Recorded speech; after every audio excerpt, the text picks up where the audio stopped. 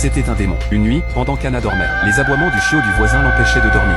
Roti sembla sentir la colère de sa maîtresse, et se faufila dans la maison des voisins. Quand Anna se réveilla, elle découvrit le chiot mort dans son lit. Pour ne pas être découverte, elle l'enterra dans le jardin. Son petit frère en fut témoin. Et bientôt, on emmena le père dans la chambre, pour dénoncer Anna pour avoir tué le chien du voisin. Terrifiée, Anna cacha Roti sous le lit, et lui ferma la bouche avec sa main. À ce moment-là, le père vit les taches de sang sur le lit d'Anna, et comprit que sa fille avait grandi. Il ne put que partir embarrassé. Mais l'odeur désagréable d'oiseaux dans la chambre d'Anna alerta sa mère. Elle essaya de trouver la source de l'odeur, mais elle découvrit que le costume de concours de sa fille était déchiré. Comprenant qu'Anna l'avait caché pour éviter le concours, la mère commença à faire pression sur elle. Elle menaça de l'enfermer dans une pièce sombre, si elle ne participait pas au concours. Après que maman soit partie, Anna raconta à Roti ses souffrances intérieures. Roti devint son soutien émotionnel. Elle espéra même que Roti pourrait se produire à sa place. Et effectivement, avec le temps, Roti subit une transformation. Non seulement des cheveux lui poussèrent, mais son comportement devint de plus en plus humain. Cependant, Anna n'éprouvait pas de peur, et traitait Roti comme un membre de la famille. Un jour, en rentrant à la maison après le concours, Anna découvrit que Roti avait disparu, ne laissant qu'un bec d'oiseau tomber. À ce moment-là, Anna ne savait toujours pas que Roti avait évolué et pris forme humaine.